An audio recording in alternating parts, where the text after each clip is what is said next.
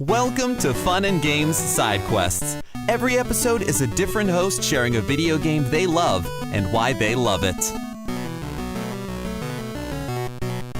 Hello, Fun and Games family. This is Keith Gasper here, coming to you from the #1 retro gaming podcast, The Main Quest, and also a High Score Cinema podcast. Coming at you with a monologue here about The Legend of Zelda: A Link to the Past. But first, I gotta tell you what is going on with the podcast that you can hear me on.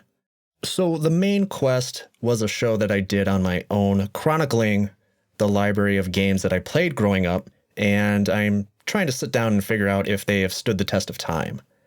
I am usually, but not always, joined by a guest because the very nature of the show is so distinctly tailored to my past that it's hard to find guests for something like Batman Returns or Kid Chameleon.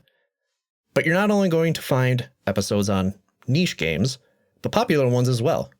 And it's not a show about nostalgia, though there is some of that in there. We usually go over gameplay, the presentation with the graphics and audio, but also do a deep dive on the game's development and the history of the people who made it. If there's anything I want my audience to leave my podcast with, it's that they possibly learned something new about their favorite games. So that's The Main Quest.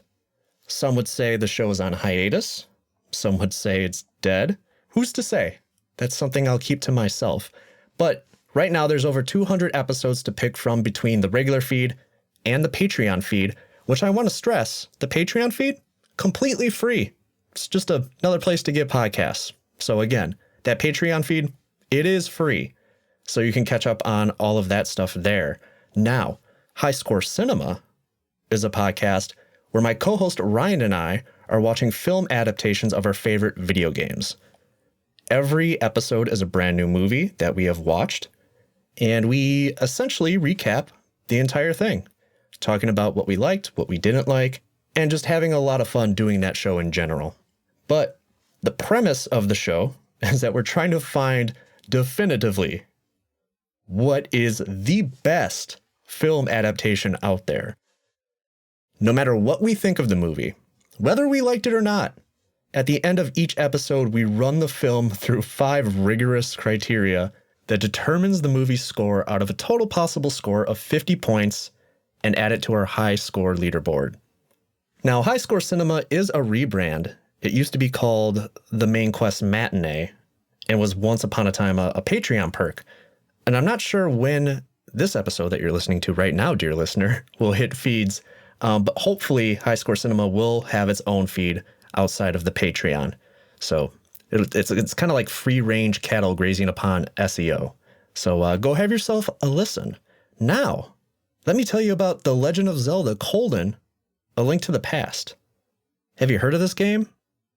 You know, it's the third entry in what has now become one of the 2 tentpole Nintendo franchises.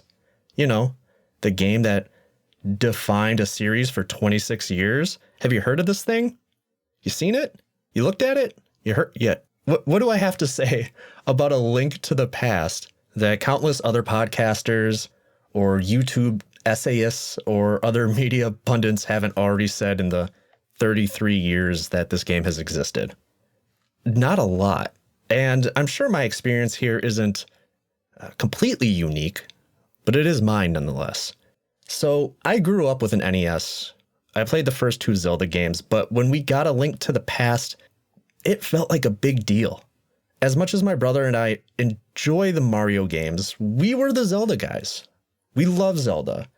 My brother more so than me. He's the type of person that will take an entire week off of work to play a new Zelda game.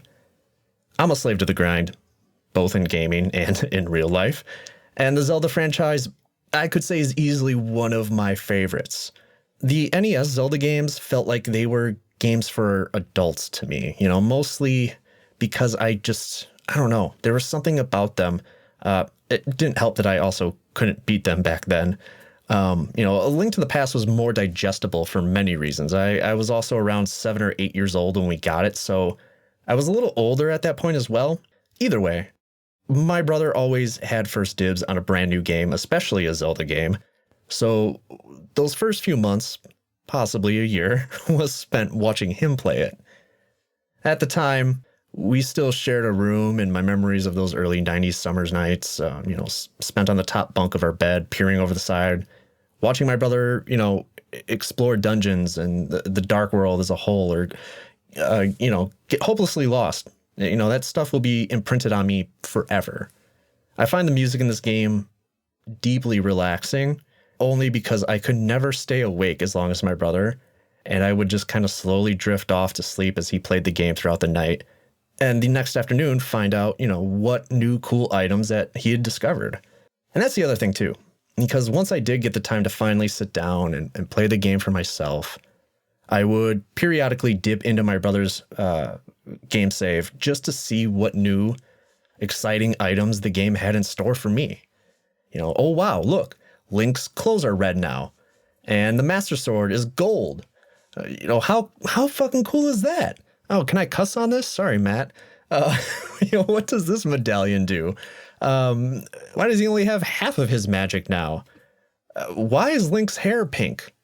That's just a general question, actually, and I don't have a problem with that, but Nintendo, if you're listening to this, which I know you are, big fans of fun and games, a little nod or Easter egg towards pink-haired Link would go a long way. Thank you. And going through his game save and looking at what he had, it seems a little silly in hindsight, looking at his mastered inventory was never going to do me any good in learning about how he got them or where their locations were. But it was just a really nice, exciting glimpse of what the game had in store for me when I did eventually stumble upon them. And that feeling I got when I collected all the pendants, marched right back into the Hyrule Castle to stop egging him shit in, knowing I wasn't even close to the inventory my brother had. And I've done it.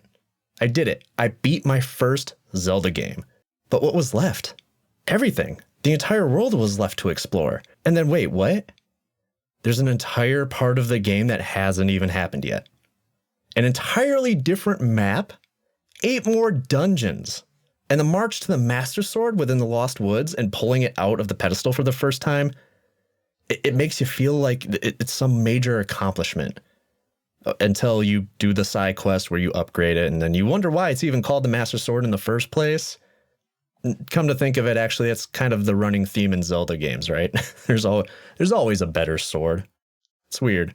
But, going back to the alternate worlds, and, that's the mirrored map trope is played out at this point, right? But back then, this was astonishing.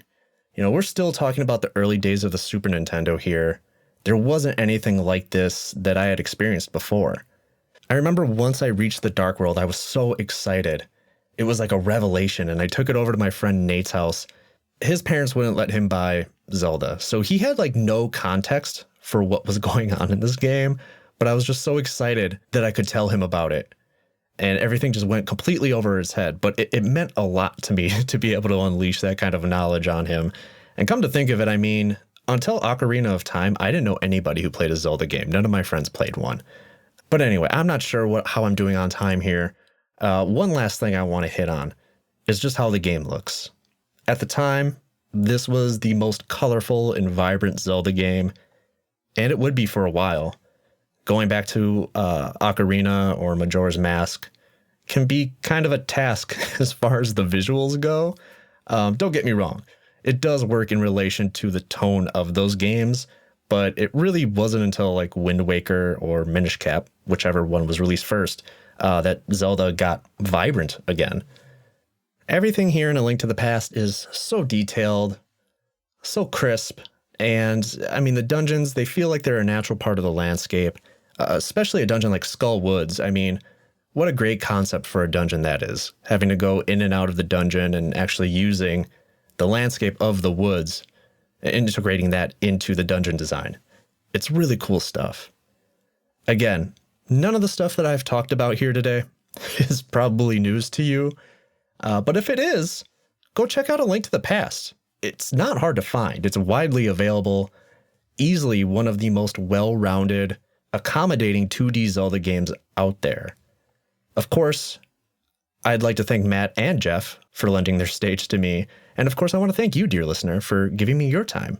Hope you lend some more of that over at Main Quest Podcast or High Score Cinema.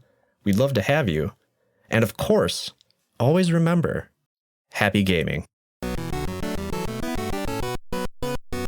Do you feel like you're the only person in your circle who wants to go deep about video games regularly?